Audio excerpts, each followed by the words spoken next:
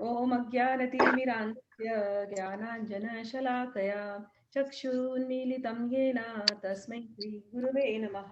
एक सेकंड, मैंने अभी आ रहा है कि ईयरफोन्स। चैप्टर 2 का 39 बोला ना आपने? हाँ जी, हाँ जी।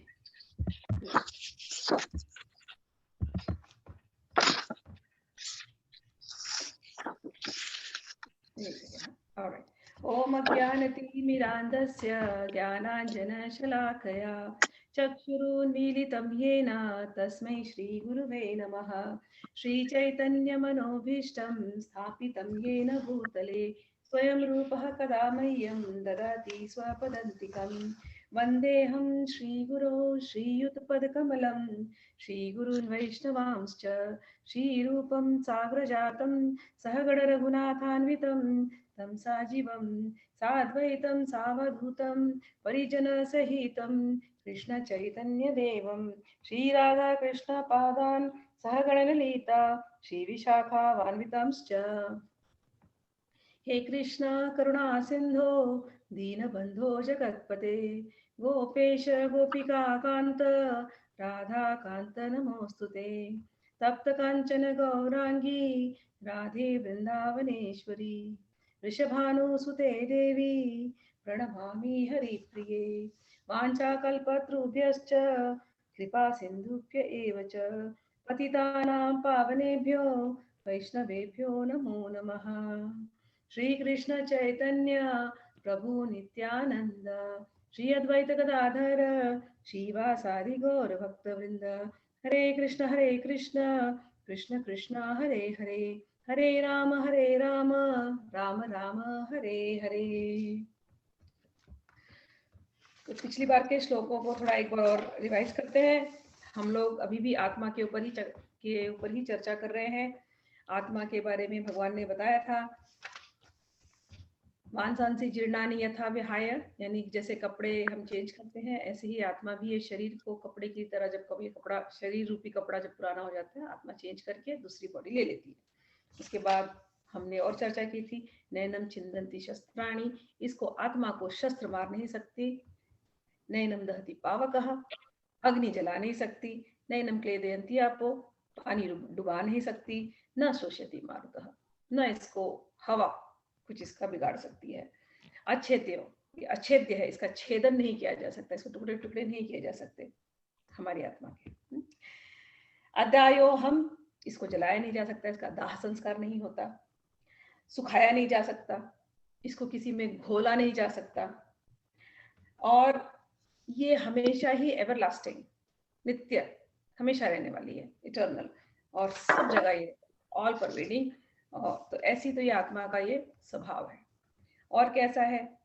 अव्यक्तो, 25वें में आते, अव्यक्तोयम, अव्यक्त, दिखाई नहीं देता।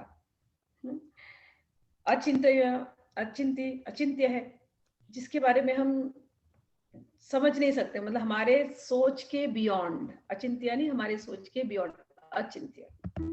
अचिंत्योयम, अविकार्यो, इसमें विकार नहीं आ सकते आत्मा में, शुद्ध आत्मा में, शुद्ध चेतन आत्मा में विकार नहीं आ सकते। इसको ऐसा कहते हैं, तस्मादेवं विदित्वैनं नानुशोचितुमर्हसि। इसलिए हे अर्जुन, ऐसा तुम सोचो और इस आत्मा पर ऐसे ध्यान करो, न शोचितुमर्हसि, और इसके बारे में दुख मत मनाओ। ये हमारे जीवन के लिए बहुत इंपॉर्टेंट ये लेसन है। सारे जीवन के उतार चढ़ाव आएंगे, लेकिन इस चैप्टर को पढ़ना, रोज पढ़ना, और थोड़ी देर समय निकालना अपने आत्म तत्व पे रहने के लिए। जब कभी भी you are facing lot of problems, troubles, थोड़ी देर सांस लेना, बैठ जाना और अपने उस आत्मस्वरूप को याद करना कि शरीर से हो रहे जो कुछ भी हो रहा है, इनको तो झेलना है, ये आएंगे, ये जाएंगे, लेकिन मैं आत्म रूप में शुद्ध चैतन्य रूप हूँ। मुझे कोई दुख नहीं, मुझे कोई सुख नहीं, मुझे कुछ, मैं इन सबसे परे हूँ। ये बार बार जब हम अपने आप को याद दिलाते हैं, हमारा थिंकिंग पैटर्न चेंज हो जाता है, और the way we deal problems उस समय पर बहुत अलग हो जाएगा। आपके अंदर एक अलग सा स्ट्रेंथ आएगा, जो रेस्टलेस नहीं होगा, बड़ा शांति वाला स्ट्रेंथ होगा। ये आत्मा की ऊपर मेडिटेट करने से ऐसा होता है। क्योंकि देखो, इसकी क्या, अर्जुन अभी क्या करने वाला है, आप लोग हमेशा इस बात को स्मरण रखना। अर्जुन लड़ाई करने वाला है, हमारे जीवन के प्रॉब्लम में हम जाकर के तलवार उठा के काटने वाले तो नहीं ना किसी को। हम तो थोड़ी बहुत लोग मेरे पास आते हैं, अरे ऑफिस में ये पॉलिटिक्स है, घर पे ये पॉलिटिक्स है, इसने ये फ्रेंड ने ऐसे बोल दिया, उसने ऐसे कर दिया, मेरे पति ने ये बोल दिया, मेरी पत्नी ने ऐसा बिहेव कर दिया। These are such petty trivial matters। ये केवल ईगो प्ले है हर जगह। लेकिन शब्दों का प्ले होगा और कभी कोई जीतेगा कभी कोई जीतेगा, यही है ना। अर्जुन की दशा देखो, अर्जुन को जाकर के रियली फाइट करना है, रियली खून मतलब मारना है। और किसको मारना है? अपने लोगों को मारना है। तलवार चलानी है, धनुष चढ़ाना, तलवार चलेंगी, धनुष चलेगा, इसको धनुष ले लेके मारना है। भीष्म पितामह खड़े हैं, उनको मारना है, द्रोणाचार्य को मारना है। सोचिए इसके मन की स्थिति कैसी होगी। और ऐसी जगह पर जाकर के भगवान इस ज्ञान को बता रहे हैं। वेरी इंपॉर्टेंट है ये। हम सब बड़े लकी है, हमारे सर पे ऐसा कोई टेंशन ही नहीं है, हल्का फुल्का है बहुत। ऐसे मच्छर ने काटा, ऐसी प्रॉब्लम्स है, मच्छर काटे तो जाते थे ना थोड़ी देर, फिर भूल जाते हैं। उस समय पर बड़ा गुस्सा आता है, मच्छर काट रहा है, फिर भूल जाते हैं। तो हमारे प्रॉब्लम्स वो मच्छर के जैसे हैं, जिसको हम इतना बड़ा बना करके अपने जीवन के सारे चैन को खोल के ना रात को सो पाते, ना दिन में शांति से जी पाते हैं, ना एंजॉय कर पाते लाइफ को। लेकिन अर्जुन की स्थिति क्या है? उस समय पर भगवान ये ज्ञान दे रहे हैं हमको, बड़े अच्छे से हमारे कमरे के अंदर जहां हम बैठे हैं वहां पर ज्ञान दे रहे हैं। तो हमारे लिए बड़ा आसान है प्रैक्टिस करना। जब कभी भी mind is restless, sit down, याद करना अर्जुन की स्थिति क्या है, मेरी स्थिति वैसी तो नहीं है। भगवान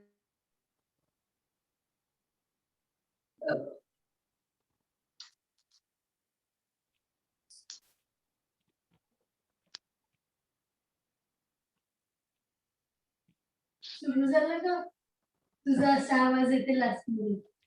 नॉट द वन अनकनेक्शन असं ऐकलं? अरे बोल अपने अपने को म्यूट कर लेना। तुमच्या त्याच्यात राहत असेल मी इथून ऐकणारा माणूस तो एक म्हणून please mute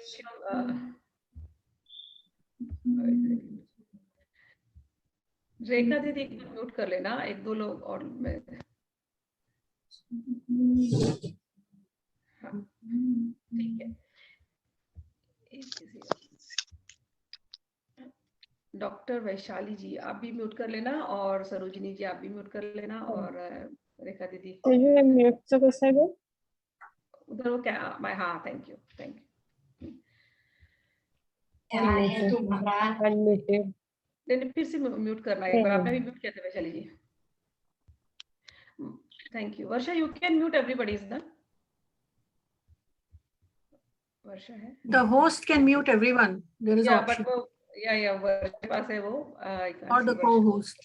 yes so Varsha has to do it, but Varsha is not to be seen right now। चलिए कोई नहीं। alright let me begin again। तो हम लोग कहाँ थे? हाँ आत्मा के ऊपर थे हम लोग, कि हमारे जीवन की जो प्रॉब्लम्स है बड़ी छोटी छोटी हैं। जब कभी भी प्रॉब्लम्स आए तो इस फ्रेज को यहाँ पर जो भगवान बार बार बोलेंगे, नानु शोचितुम अर्हसि, do not grieve for this body, do not grieve. नानु शोचितुम अर्हसि यानी do not lament, do not grieve, खेद मत मनाओ, दुखी मत हो जाओ। तो बार बार अपने मन को ये समझाना। अर्जुन को ये समझा रहे हैं तू लड़ने जा रहा है लेकिन दुखी मत हो। तो हमको भी ऐसे बोल रहे हैं लड़ने जाएगी चिंता मत कर, ठीक है। ऑलराइट। अथ चैनम नित्यजातम नित्यं वा मनसे मृतं तथापि वा महाबाहो नैनं शोचितुम अर्हसि। दूसरी बार फिर रिपीट किया, नैनं शोचितुम अर्हसि। कह रहे कि चलो मैंने तुमको ये तो समझा दिया कि ये देह है और एक आत्मा है, देह मिट जाएगी आत्मा रह जाएगी, आत्मा फिर शरीर बदल के आएगी, ये तो मैंने तुमको समझा दिया। लेकिन चलो तुमको मेरी ये बात नहीं माननी है, तुम शायद इस समय पर बड़े कंफ्यूज स्टेज में हो, बड़े बिविल्डर्ड हो। तुम शायद ये बोलना चाहते हो जैसे कुछ फिलोसोफर्स बोलते हैं कि आत्मा का कोई अस्तित्व नहीं है, ये शरीर किसी केमिकल रिएक्शन से बनता है, फिर ये शरीर केमिकल रिएक्शन से खत्म हो जाता है, उसके साथ साथ सब आत्मा भी खत्म, सब कुछ खत्म, खेल खत्म। एक चारवाक बोल के हमारे फिलोसोफर थे,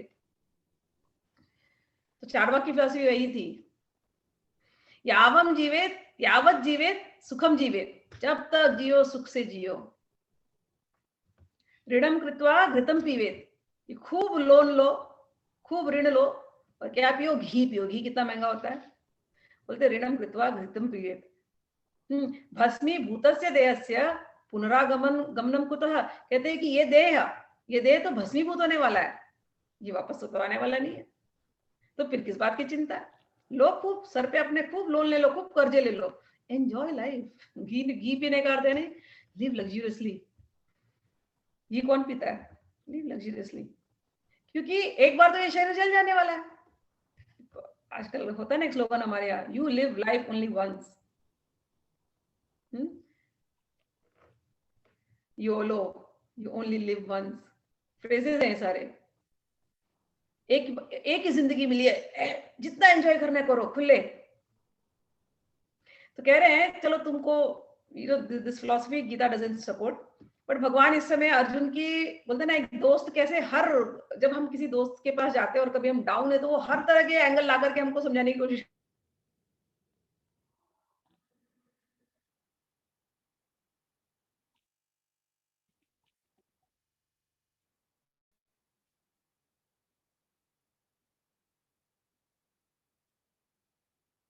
अभी खत्म कुछ है ही नहीं, फिर क्या चिंता है तुझे, फिर तो तू लड़ना। Missed you बीच में, स्मिता जी missed you बीच में।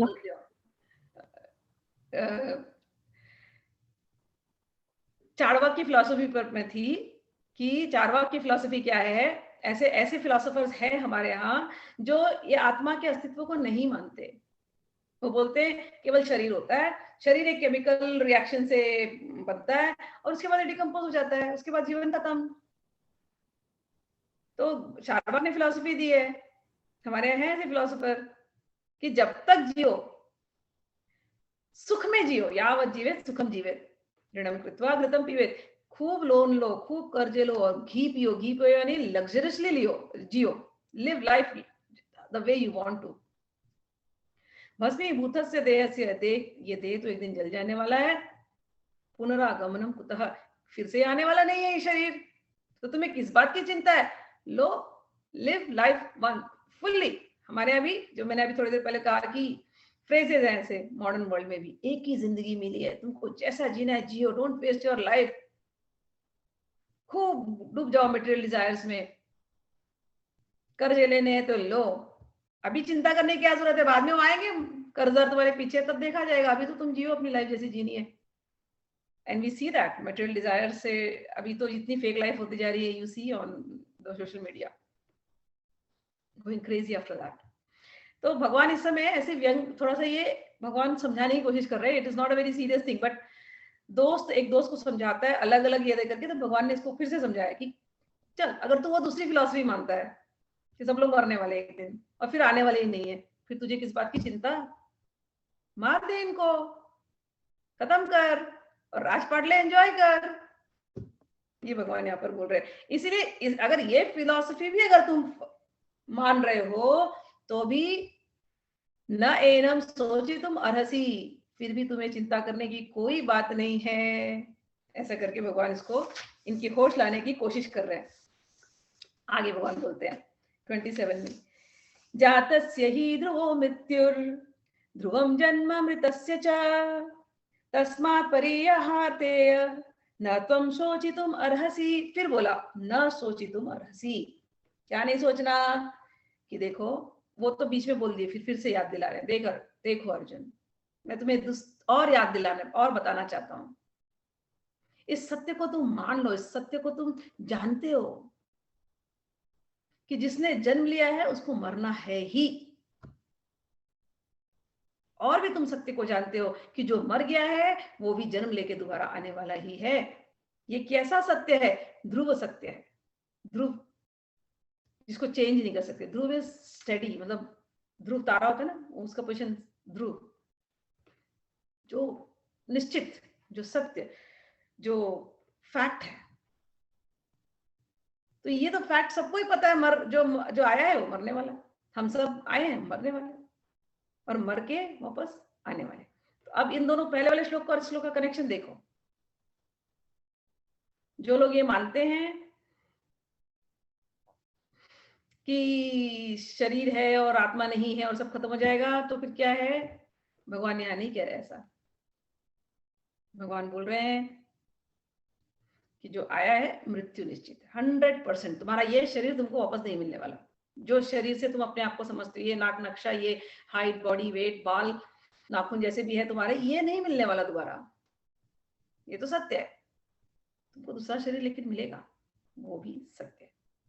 तो तस्मात् अपरिहार्य, ये तो इसका कोई परिहार नहीं है, ये होना ही है, तो इसलिए तुम्हें चिंता करने की अब जरूरत नहीं है। तो हर तरीके से भगवान उनकी आंखें खोल रहे हैं कि तू चिंता मत कर, तू जो इस युद्ध में जा रहा है ये धर्म का युद्ध है, तू गलत काम नहीं कर रहा है, और तू किसी को मारने वाला नहीं है, कोई मरने वाला नहीं है, सब लोग रहने वाले हैं, शरीर बदल बदल के आने वाले हैं। तो अपने माइंडसेट को चेंज कर। इस समय तुझे बहुत मोह हो गया है, मेरे फादर, मेरे ग्रैंडफादर, मेरे गुरुजन, मेरे पूरा, इस तरफ भी मेरा पूरा परिवार, उस तरफ भी मेरा पूरा परिवार, ये मोह से हट जा तू। Come to a balance emotional जो हो रहा है तू। तो आगे बोलते हैं 28 पे, अव्यक्तादीनि भूतानि व्यक्त मध्यानि भारत अव्यक्त निधनानि एव तत्र का परिवेदना।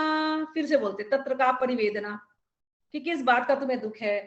क्योंकि जितने भी ये जीव हैं, अव्यक्तादीनि भूतानि, ये जब सब संसार बनता है ये जीव वापस आते हैं, जब संसार में प्रलय होता है ये जीव चले जाते हैं, फिर संसार जब फिर बनता है फिर ये वापस आते हैं। तो ये आना जाना इनका लगा ही है, तुम जानते हो इस सत्य को। तो किस बात के लिए lamentation? Don't lament for anything. जब आदमी बहुत इमोशनल हो जाता है ना, तो उसकी सोचने की बुद्धि खत्म हो जाती है। तो उस समय पर गीता के ये टीचिंग्स अगर किसी ने जीवन भर किया हो, तो गीता के टीचिंग्स उसके अंदर अपने आप प्रकट होते हैं और उसको वो बैलेंस पर लाते हैं। अगर ये गीता की टीचिंग्स नहीं हो तो आदमी घबरा जाते हैं। दे डोंट नो, सडनली कई घरों में मैंने देखा है, डेथ की न्यूज आती है, they don't know how to handle it, they just don't know, confuse जाते हैं, घबरा जाते हैं। बट गीता अगर किसी के घर में है और गीता किसी ने पढ़ी है, तो उनके मन की स्थिति बड़ी बैलेंस होती है। उनको पता होता है, ऐसा नहीं कि उनके अंदर दुख नहीं होगा, बट वो इतना क्षणिक होगा, वो तुरंत उसको ओवरकम कर लेते हैं, क्योंकि ये टीचिंग इतनी इंपॉर्टेंट है उनके अंदर अगर गई है। केवल श्लोक रटने की बात नहीं है, अंडरस्टैंडिंग, अनुभव गम्य ज्ञान। ठीक, चलिए 29 पे फिर भगवान ने कहा था, आश्चर्यवत् पश्यति कश्चिदेनम् आश्चर्यवत् वदति तथैव चान्यः। कुछ लोग इसको बड़े आश्चर्य से देखते हैं, कुछ लोग बड़े आश्चर्य से इसकी चर्चा करते हैं। आश्चर्यवत् चैनम् अन्यः शृणोति, कुछ लोग इसको आश्चर्य से इस टॉपिक्स के बारे में सुनते हैं। श्रुत्वापि एनं वेद न चैव कश्चित्, लेकिन फिर भी सब कुछ जाने के बाद भी इसको पूरी तरह समझना बड़ा कठिन है। सो बातों से समझ में नहीं आती पूरी तरह, सुन करके समझ में नहीं आती है, देख करके भी आश्चर्य होता है, लेकिन जो ध्यान करता है, अनुभव में आता है, उसको समझ में आती है। तो इसके बाद हम लोग आगे गए थे, 30वें श्लोक पर चलते हैं। 30वें पर कहा भगवान ने, फिर से उनको याद दिलाया कि देख अर्जुन, देहि नित्यं वध्यो अयं देहे सर्वस्य देहि नित्यम् अवध्योऽयं देहे सर्वस्य भारत तस्मात् सर्वाणि भूतानि। फिर से कहा, न त्वं शोचितुम् अर्हसि। खुद को ये मंत्र देते रहना है, पॉजिटिव थिंकिंग है। Do not lament, do not grieve, न त्वं शोचितुम् अर्हसि, न त्वं शोचितुम् अर्हसि, तत्र किम परिवेदना। भगवान कहते हैं जो इस शरीर के अंदर रहता है, हे अर्जुन, वो कभी उसका हत नहीं होता, कभी वो मरता नहीं है, उसका वध नहीं होता। तो तुम्हें लग रहा है तुम वध करने वाले हो, लेकिन वध किसी का होने वाला नहीं है। आगे 31 में फिर से याद दिलाते हैं उसको, स्वधर्ममपि चावेक्ष्य न विकम्पितुम् अर्हसि धर्माधि युद्धा श्रेयो अन्य क्षत्रियस्य न विद्यते। कहते हैं कि तुम क्षत्रिय हो। अब भगवान उसको अपने धर्म की याद दिला रहे हैं कि तुम क्षत्रिय हो। क्षत्रिय का धर्म है टू प्रोटेक्ट। सोल्जर का धर्म होता है टू प्रोटेक्ट। अगर कोई भारत के बॉर्डर पर कोई सोल्जर गया है लड़ने के लिए देश के लिए, तो अगर पड़ोसी देश के अगर दुश्मन आ गए तो उस समय पर वो धार्मिक बात नहीं कर सकता, उसके अंदर कितनी भी करुणा आ जाए उस समय पर धार्मिक बात नहीं कर सकता।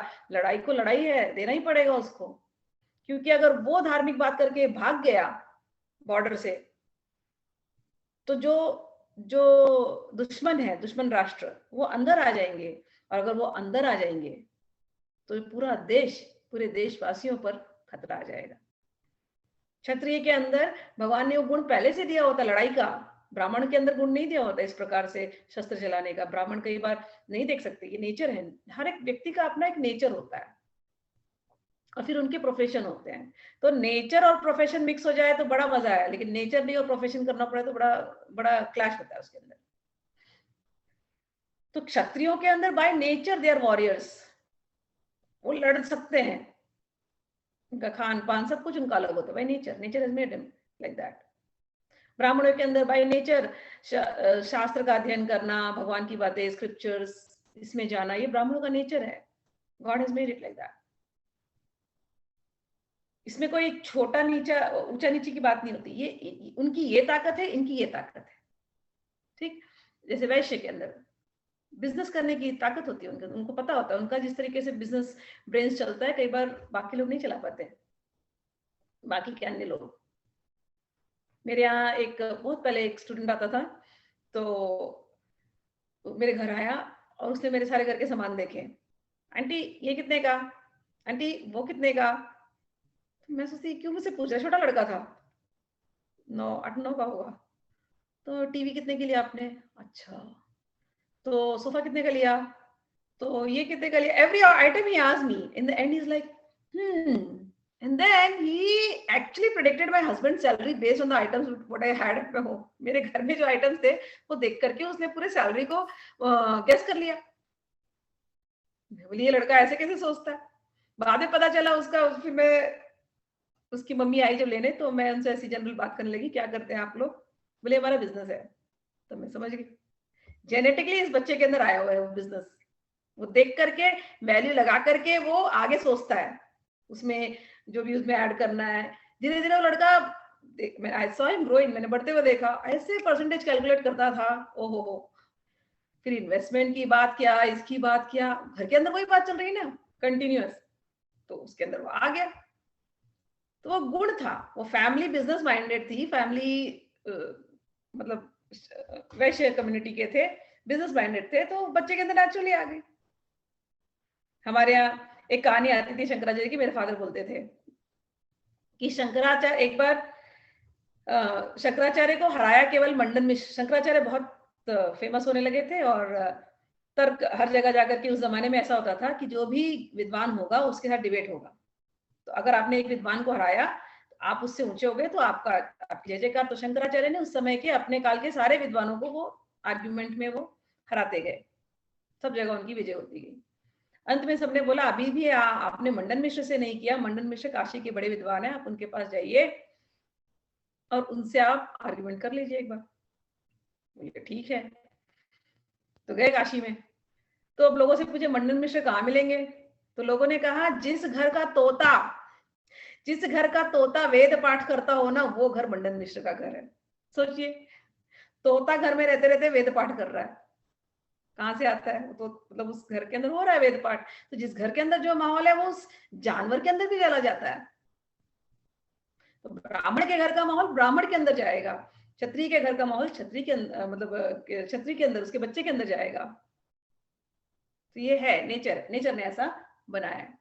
शंकराचार्य बाद में गए, मंडन मिश्र से हार गए थे, but he was almost losing, but then फिर उनकी वाइफ आ गई, खड़ी हो गई। फादर ये स्टोरी मुझे हमेशा से बताते थे कि देखो हमारे यहाँ औरतें बहुत एजुकेटेड थी, ऐसा नहीं था, स्पिरिचुअल फील्ड में भी औरतें बहुत हाई थी। शंकराचार्य को मंडन मिश्र की वाइफ ने तर्क करके हराया था। बाद में आए, बाद में माँ समझे उनको, माँ बोले, फिर बाद में वापस से आए, कहा उनसे नहीं है वो पूरी स्टोरी, बट मंडन मिश्र की फैमिली ऐसी थी। ठीक, ये मैं कह रही हूँ कि क्षत्रिय, हम लोग यहाँ पर इस टॉपिक पे इसलिए आए कि भगवान उसको याद दिला रहे, तू क्षत्रिय है। तो जो तुम्हारा स्वभाव है, तुम्हारे स्वभाव के अनुसार, तुम्हारे धर्म के अनुसार, तुम्हारे कर्म के अनुसार, तुम राजा कुल में पैदा हुए हो, तुम्हें ये लोग एज ए लीडर देख रहे हैं, जो तुम्हारे पक्ष के हैं, उनका प्रोटेक्शन देना, उनको प्रोटेक्शन देना, ये तुम्हारा धर्म है। हालांकि उस तरफ वाले भी क्षत्रिय हैं, लेकिन वो अपनी जनता को प्रोटेक्ट नहीं कर रहे, प्रजा को प्रोटेक्ट नहीं कर रहे, तो उनको मारना ये तुम्हारा इस समय धर्म है। सैनिक बॉर्डर से भाग नहीं सकता। हमारे शास्त्रों में कहा है कि यदि कोई सैनिक लड़ते हुए मरता है तो निश्चित है कि क्योंकि वो इतने लोगों के लिए, इतने लोगों की रक्षा के लिए उसने प्राण त्याग दिए हैं, तो उसकी आगे की जर्नी स्वर्ग लोकों में ही होती है। और अगर जीत गया तो यहीं पर वो उसको पदवियां मिलती है। तो क्षत्रिय कभी भी पलायन नहीं कर सकता बॉर्डर से। जब कभी ये युद्ध में है वो पलायन नहीं कर सकता।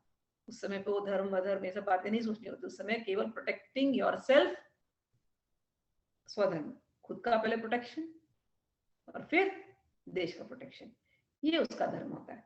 ठीक है, तो 31 में ये कहा कि तुम क्षत्रिय हो, इसलिए तुम्हें जानना चाहिए कि तुम्हारे लिए कोई ऑप्शन नहीं है, तुम धर्म के लिए लड़ाई करो और इसमें तुम पीछे मत हटो।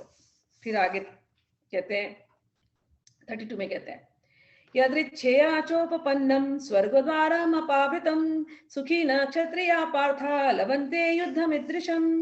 कहते हैं पार्थ, ऐसा मौका क्षत्रिय को मिल जाए, ये बहुत बड़ी बात है कि तुम लड़ोगे, इतने लोगों के लिए लड़ोगे, धर्म के लिए लड़ोगे, धर्म के लिए लड़ते लड़ते तुम गए तो भी स्वर्ग का द्वार तुम्हारे लिए खुला है, तो लड़ो।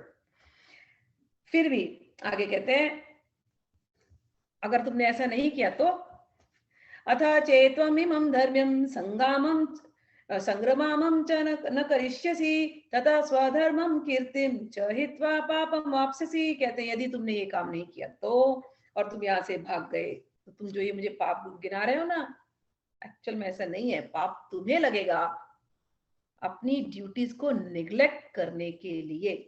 क्या ड्यूटी है तुम्हारी? प्रोटेक्शन। तुम्हारे ऊपर इतने लोग अपनी आशा लगा के रखे हैं, तो तुम अगर इससे निकल गए तो तुम्हें पाप तो लगेगा ही, क्योंकि तुम निकल गए तो बाकी लोगों को मार देंगे ये लोग, वो पाप तो तुमको लगना ही है। और तुम्हारी जो रेपुटेशन है वो भी खत्म हो जाएगी। और आदमी के लिए उसका जो रेपुटेशन है ना, बहुत बड़ा चीज होता है। किसी को बिना शब्दों, बिना शस्त्रों के मारना है ना, बिना शस्त्र के, बिना वेपन के मारना है, तो केवल उसको भरी सभा में ह्यूमिलेट कर दो, देखो वो बेचारा जीते जी मर जाएगा। समझ आया? तो ये बोल रहे भगवान, तुम भाग जाओगे, यहाँ से पलायन कर लोगे, ये तुम्हारा ये तुम्हारे रेपुटेशन के लिए अच्छा नहीं है। तुम्हें लगता है कि युद्ध रुक जाएगा, युद्ध तो रुकने वाला नहीं है, मार देंगे बाकियों को और तुम भी जीते जी मरने जैसे हो जाओगे, क्योंकि तुम्हारा अंदर का आत्मा जो है ना कचोटता रहेगा और लोग तुम पर हंसेंगे कि ये युद्ध से भाग गया भगोड़ा। ये नहीं करना। आगे बोलते हैं अकीर्तिम चापि भूतानि कथयिष्यन्ति ते व्ययाम संभावित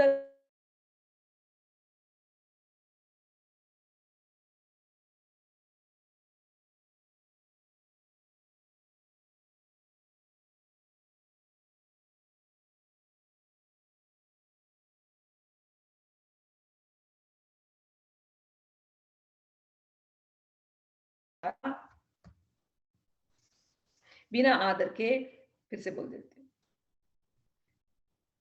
बिना आदर के, बिना सम्मान के जीना एक वीर के लिए मृत्यु से भी ज्यादा भयंकर स्थिति है। तो ऐसा मत करो, मृत्यु पालो। तुम लड़ते हुए मृत्यु पाओगे ना, तुम्हें बहुत नाम हो जाएगा तुम्हारा। लेकिन इस प्रकार से पलायन करके, दया का धर्म दिखा करके, तुम्हें किसी का भी इसमें भलाई नहीं है। तो लड़ना ही इस समय पर, लॉजिक लगाओ, जो भी तरीके से तुम सोच रहे हो, इस समय लड़ने के अलावा तुम्हारे पास कोई ऑप्शन नहीं है। तुम लीडर हो, तुम्हें लीड करना ही पड़ेगा। भागो मत, क्योंकि भागने से किसी का भला नहीं होने वाला, ना तुम्हारा, न जिनके लिए तुम भाग रहे हो उनका। आगे बोलते हैं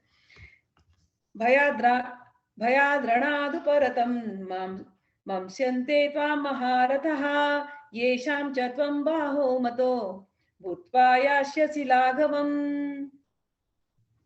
और ये जो बड़े बड़े लोग खड़े हैं जिनके साथ लड़ने के लिए, वो और भी तुम्हारा मजाक उड़ाएंगे कि देखो क्या डरपोक था ये हमसे डर गया और भाग गया रण छोड़ करके। तो और तुमको फिर तुम्हारी ताकत को वो कुछ जानेंगे तुम बिकॉज मैं जानता हूं तुम्हारी ताकत क्या है अर्जुन, वो भी जानते हैं, लेकिन इस समय यदि तुम भाग गए, तुमने उनको टक्कर नहीं दिया, तो उनके भी मजाक के पात्र बन जाओगे और बोलेंगे देखो इसको ताकत नहीं थी, हमको छोड़ करके भाग गया। तो ये अब तुम्हें नहीं करना है। तुम इस समय जिस पॉइंट पे हो, भागने का कोई ऑप्शन नहीं है। आगे कहते हैं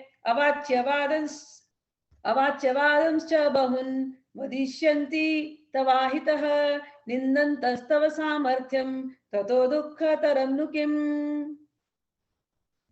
तुम्हारे ये दुश्मन बहुत ऐसी ऐसी तीखी तीखी बातें, सरकास्टिक बातें करेंगे, टॉन्ट मारेंगे। तुम्हें अच्छा लगेगा क्या ये सब? तुम कितने बलशाली हो और साथ में धर्म के भी पालन करने वाले तुम्हारे भाई लोग हैं। तुम बहुत अच्छी फैमिली से आए हो।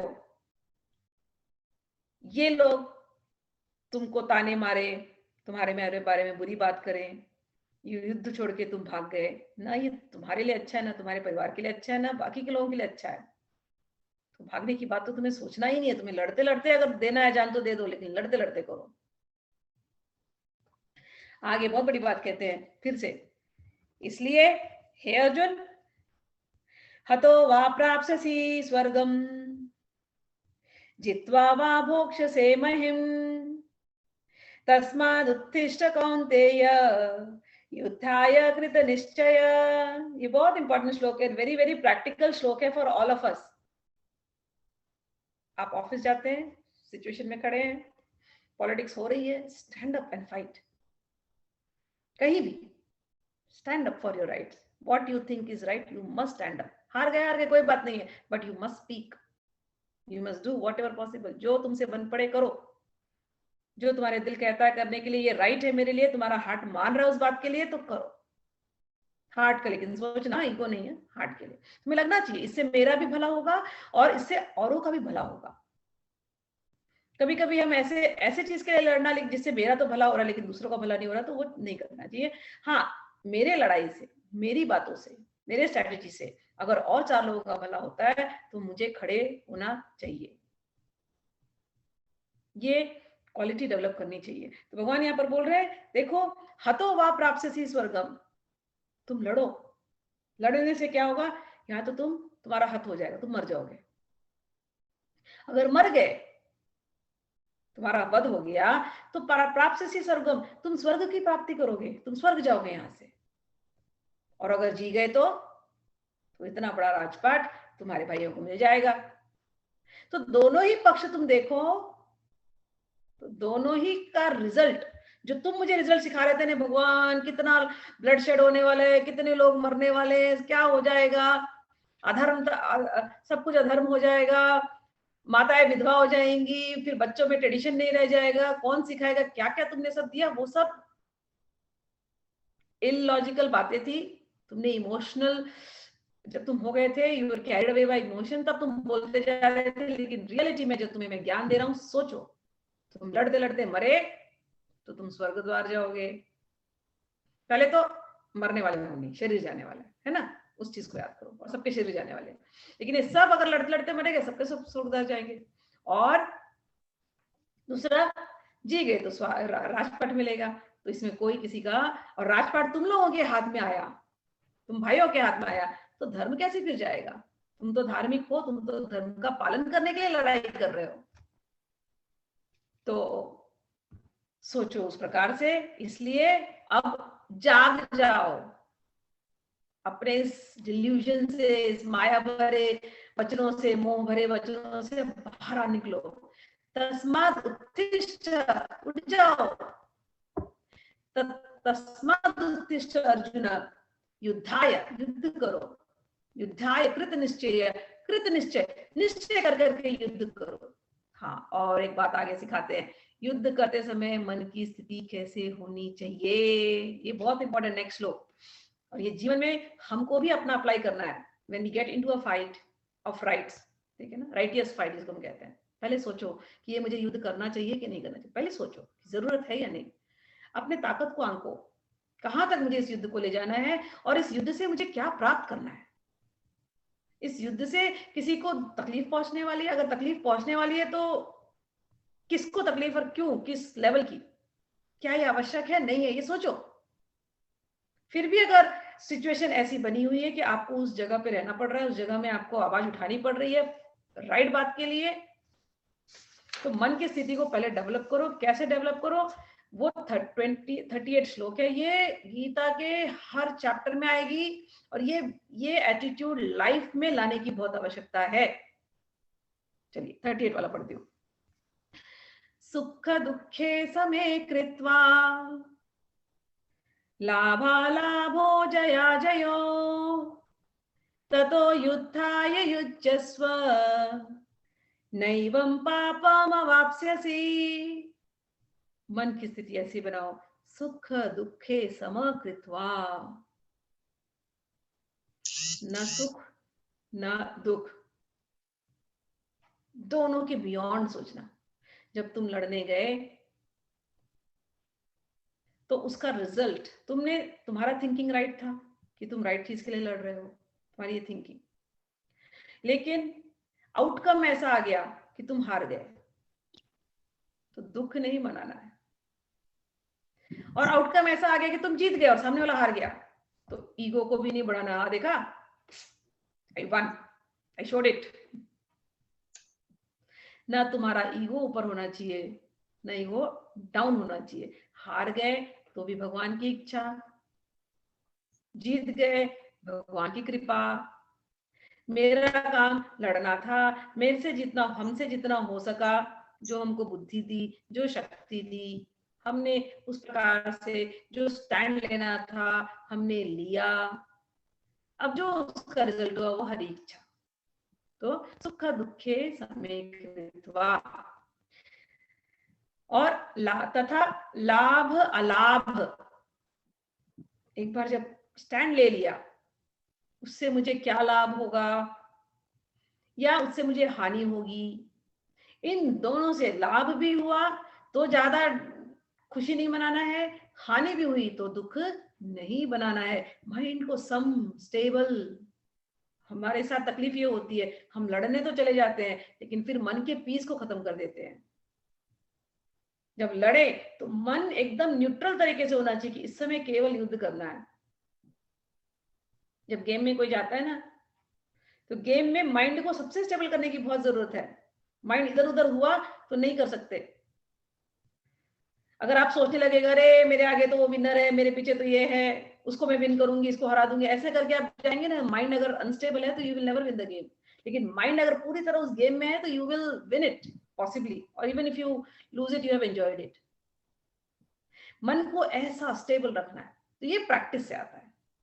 तो सुख दुखे समय कृत्वा लाभा लाभो जया जयो, न लाभ से कोई आपको ज्यादा ये होना चाहिए, न हानि से कोई दुख होना चाहिए। और जय और अजय, जया जयो, कि किसी ने आपकी जय करी तो आप एकदम चढ़ गए, फूल गए, वाह।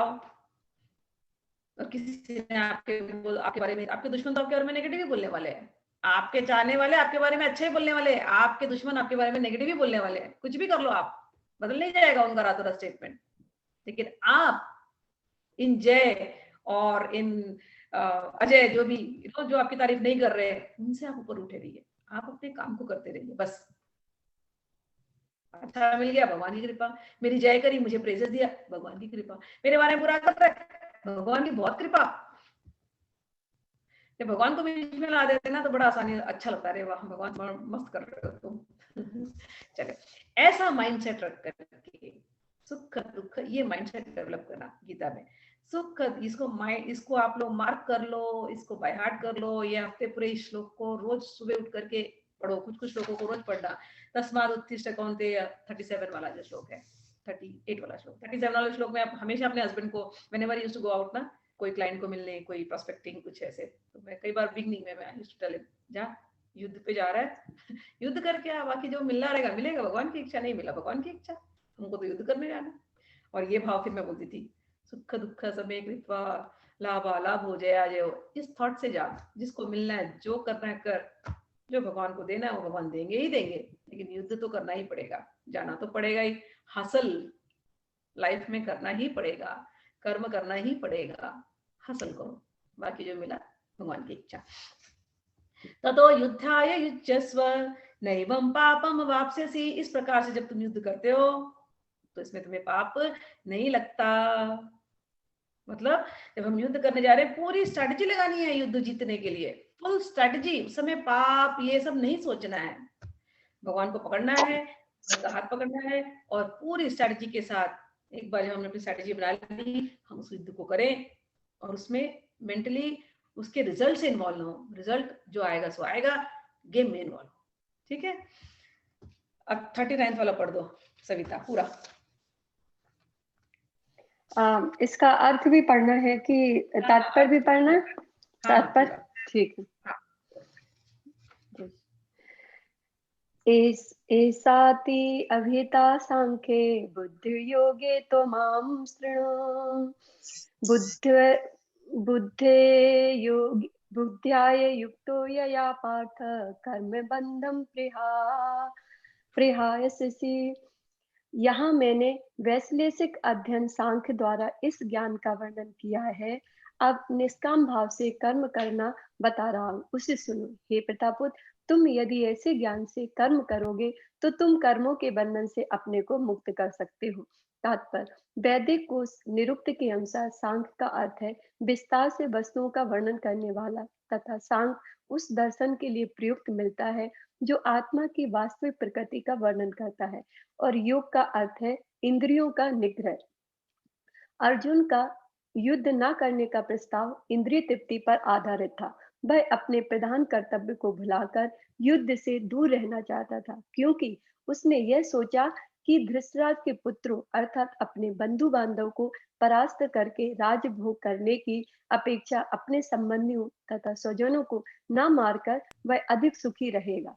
दोनों ही प्रकार से मूल सिद्धांत तो इंद्रिय तृप्ति था।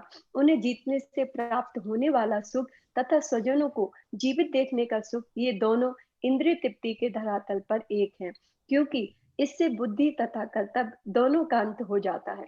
अतः कृष्ण ने अर्जुन को बताना चाहा कि वह अपने पितामह के शरीर का वध करके उनके आत्मा को नहीं मारेगा। उन्होंने यह बताया कि उनके सह सारे जीव शाश्वत प्राणी हैं। वे भूतकाल में प्राणी थे, वर्तमान में भी प्राणी रूप में हैं और भविष्य में भी प्राणी बने रहेंगे, क्योंकि हम सब शाश्वत आत्मा हैं। हम विभिन्न प्रकार से केवल अपना शरीर परिधान वस्त्र बदलते रहते हैं, और इस भौतिक वस्त्र के बंधन से मुक्ति के बाद भी हमारी पृथक सत्ता बनी रहती है। भगवान कृष्ण द्वारा आत्मा तथा शरीर का अत्यंत विशद वैश्लेषिक अध्ययन प्रस्तुत किया गया, और निरुक्ति कोश की शब्दावली में इस विशद अध्ययन को यहाँ सांख्य कहा गया। इस सांख्य का नास्तिक कपिल के सांख्य दर्शन से कोई सरोकार नहीं है। इस नास्तिक कपिल के सांख्य दर्शन से बहुत पहले भगवान कृष्ण के अवतार भगवान कपिल ने अपनी माता देवहूति के समक्ष श्रीमद्भागवत में वास्तविक सांख्य दर्शन पर प्रवचन किया था। उन्होंने स्पष्ट बताया कि पुरुष या परमेश्वर क्रियाशील है और वे प्रकृति पर दृष्टिपात करके सृष्टि की उत्पत्ति करते हैं। इसको वेदों ने तथा गीता ने स्वीकार किया है। वेदों में वर्णन मिलता है कि भगवान ने प्रकृति पर दृष्टिपात किया और उसमें आणविक जीवात्माएं प्रविष्ट कर दी। ये सारे जीव भौतिक जगत में इंद्रिय तृप्ति के लिए कर्म करते रहते हैं और माया के वशीभूत होकर अपने को भोक्ता मानते रहते हैं। इस मानसिकता की चरम सीमा भगवान के साथ सायुज्य प्राप्त करना है। यह माया अथवा इंद्रिय तृप्ति जन मोह का अंतिम पास है, और अनेकानेक जन्मों तक इस तरह इंद्रिय तृप्ति करते हुए कोई महात्मा भगवान कृष्ण यानी वासुदेव की शरण में जाता है, जिससे परम सत्य की खोज पूरी होती है।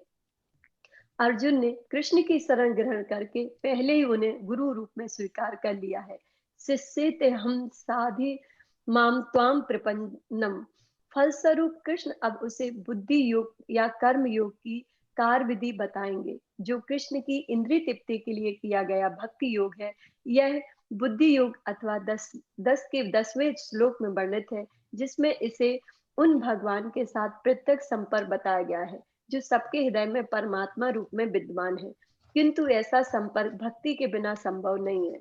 अतः जो भगवान की भक्ति या दिव्य प्रेमा भक्ति या कृष्ण भावनामृत में स्थित होता है, वही भगवान की विशिष्ट कृपा से बुद्धि योग की यह अवस्था प्राप्त कर पाता है। अतः भगवान कहते हैं कि जो लोग दिव्य प्रेम बस भक्ति में निरंतर लगे रहते हैं, उन्हें ही वे भक्ति का विस्तृत ज्ञान प्रदान करते हैं।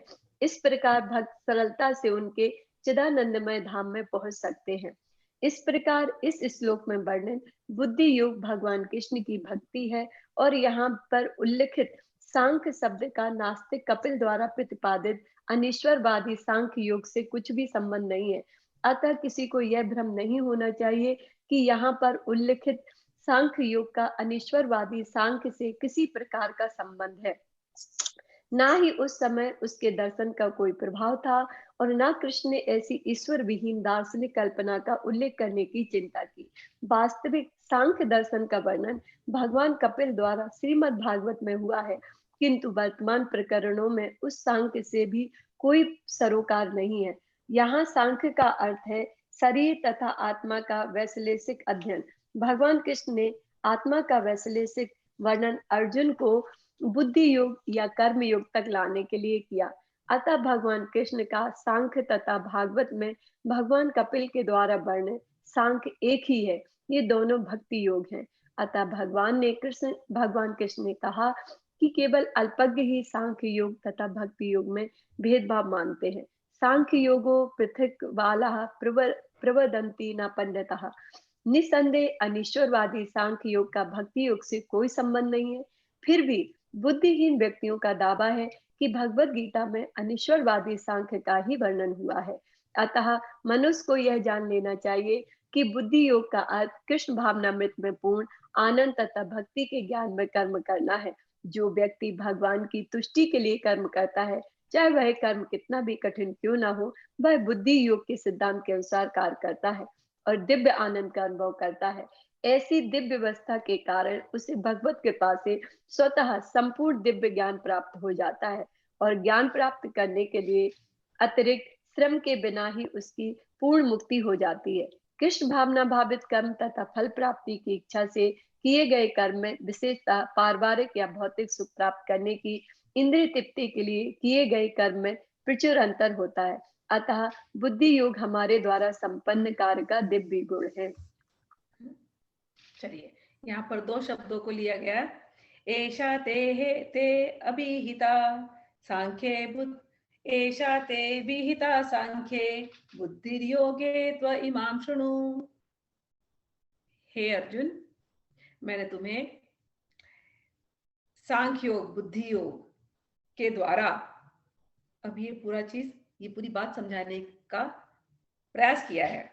बुद्धिया युक्तो यया पार्थ, तुम बुद्धि युक्त होकर के यानी नॉलेज लेकर के, नॉलेजेबल होकर के, यया पार्थ कर्म बंधम प्रहास्यसि, ज्ञानी होकर के, अवेयर होकर के, ज्ञान लेकर के अब तुम ये कर्म करोगे तो ये कर्म बंधन से तुम मुक्त हो जाओगे। कर्म बंधन क्या था इसका? अर्जुन का लड़ाई करने वाला है, वध होने वाला है, पाप लगने का उसको डर है, ये कर्म बंधन है ना। क्यों? क्योंकि उसके नॉलेज क्लियर है, नॉलेज लेकिन इस समय कवर्ड अप है, भूल गया है। तो भगवान बोल रहे हैं मैं तुझे फिर से वही सांख्य योग बता रहा हूं और मैं यहाँ खड़ा हूं, मैं बता रहा हूं तुझे खोल रहा हूं, ये बुद्धि दे रहा हूं मैं तुझे। तो अब तू लड़ और इस कर्म बंधन से तू मुक्त हो जाएगा यदि तू अवेयर होकर के काम करेगा। तो जीवन जीने में भी हमको ऐसे होना पड़ेगा, हम जो भी काम करें फुल्ली अवेयर होकर के काम करें, सही क्या गलत क्या, भगवान क्या चाहते होंगे। गीता कोई व्यक्ति रोज पढ़ेगा, रोज आप में से हर एक आपको आपके हिसाब से भगवान गाइडेंस देंगे गीता से, and you practice this in your life. रोज निकालिए कोई एक श्लोक पढ़िए, आप देखेंगे आपके जीवन में गाइडेंस मिलती रहेगी। भगवान हर एक के हृदय से बात करेंगे, हर एक के हृदय से। मैंने तो देखा है मेरे क्लास में जब मैं लेक्चर देती हूँ तो हर एक ने अलग अलग तरीके से समझाया, उनके सिचुएशन के हिसाब से समझाया। तो मुझे बड़ा आश्चर्य होता है, मतलब भगवान कैसे समझाते हैं। बोल तो मैं ये रही थी लेकिन समझिए ये रहे, लेकिन भगवान ने उनके सिचुएशन में उनको वैसी गाइडेंस दी है। गीता के थ्रू यही शब्द उनको अलग इंटरप्रिटेशन हो रहा है, किसी को अलग इंटरप्रिटेशन हो रहा है।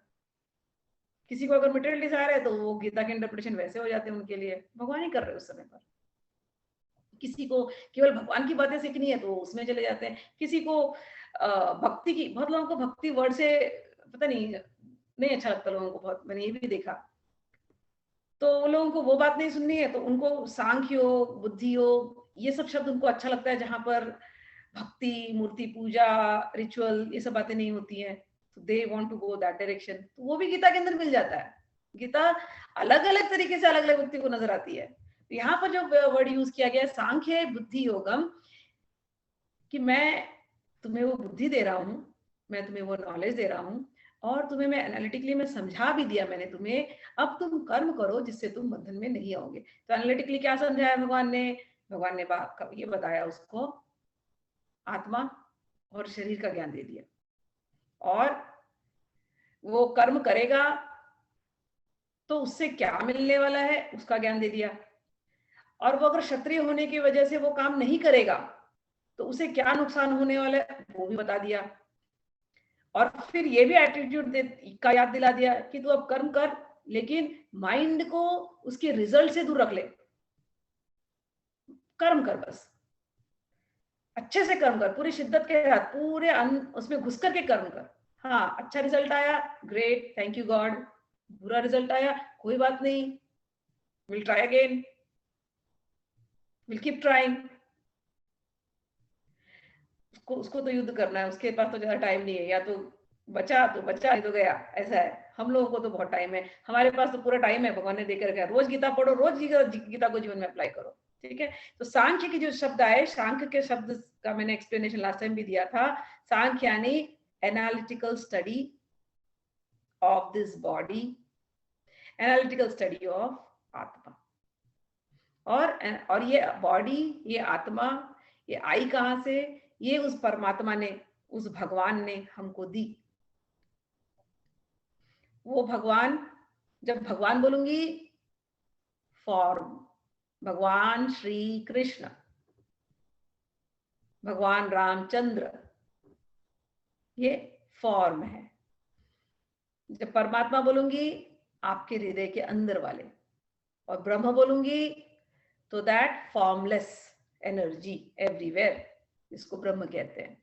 तो तीनों फॉर्म में है। तो कुछ लोगों ने पूरी गीता को फॉर्मलेस तरीके से अंडरस्टैंड करने की कोशिश की है, लेकिन इसमें दोनों को एक्सप्लेन किया गया है। तो सांख्य यानी एनालिटिकल स्टडी अपनी आत्मा की, बुद्धि की, जैसे भगवान ने अभी पूरे एनालिटिकली पिक्चर रख दिया उसके सामने, ऐसे फ्लो चार्ट, तो ऐसा करेगा तो ऐसा होगा, ऐसा करेगा तो ऐसा होगा, इफ दिस देन, बनाते ना फ्लो चार्ट, वैसे फ्लो चार्ट बना के रख दिया है। अब तू डिसाइड कर तुझे क्या करना है। हाँ, ये मेरे बताए हुए रास्ते से चलेगा तो तू फंसेगा नहीं, तो अपने रास्ते से चलना चाहता है, तू भी सही बोल रहा है, लॉजिक तेरी भी सही, तो अपने रास्ते से चलेगा, उसका रिजल्ट ये है, चूज, ठीक। अच्छा, भक्ति योग का इसमें जो बात कही है, एक श्लोक मैं लेती हूँ, क्योंकि जब तात्पर्य पढ़ रहे थे उसके बाद क्लास एंड करेंगे, तात्पर्य पढ़ रहे थे तो उसमें आया है, भगवान ने भक्ति योग का एक अच्छा श्लोक बोला है, चैप्टर 10.10। मैं चैप्टर 10 के इन 4 श्लोकों को मैं बहुत ज्यादा मुझे पसंद है, क्योंकि ये हार्ट ऑफ गीता है। ये 4 श्लोक में सब कुछ गीता में क्या बोलना है बोल दिया भगवान ने। तो मैं चारों श्लोक एक बार पढ़ देती हूँ।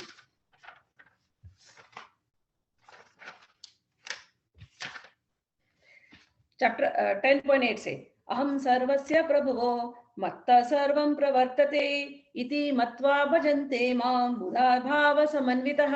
सब कुछ एक्सप्लेन करने के बाद जब भगवान चैप्टर 10 पे पहुंचते हैं, तो बुद्धि योग क्या उन्होंने एक लाइन दी है, वो जो 10वें में आएगा, लेकिन उसके पहले बोलते हैं भगवान 8वें में कि देखो सब में मैं ही हूं, मैं ही सारे स्पिरिचुअल और मटेरियल वर्ल्ड का मैं ही सोर्स हूं। लिखा है यहाँ पर ना, माम इति मत्वा भजन्ते माम, जो इस प्रकार मान करके मेरा भजन करते हैं। मेरा मतलब कौन है यहाँ पर? मेरा, अगर मैं बोलूंगी मेरा तो मैं स्मिता हूं ना, वैसे भगवान बोल रहे हैं मेरा भजन, मतलब भगवान श्री कृष्ण का। ऐसा जो मान करके मेरा भजन करते हैं, कौन? बुधा यानी वेरी इंटेलिजेंट पीपल, बुद्धिमान लोग। बुधा भाव समन्विता, बुद्धि जो अपने बुद्धि को और अपने भाव को मुझसे जोड़ करके जो मेरा भजन करते हैं, उनका मैं क्या करता हूं, वो आगे और क्या करते हैं ऐसे लोग। मच्चिता मद्गत प्राणा बोधयन्तः परस्परं कथयन्तश्च मां नित्यं तुष्यन्ति च रमन्ति च। कहते ऐसे जो बुद्धिमान व्यक्ति जो भावुक होते हैं, जो भक्ति भावना से युक्त होते हैं, वो अपनी बुद्धि को मद्गत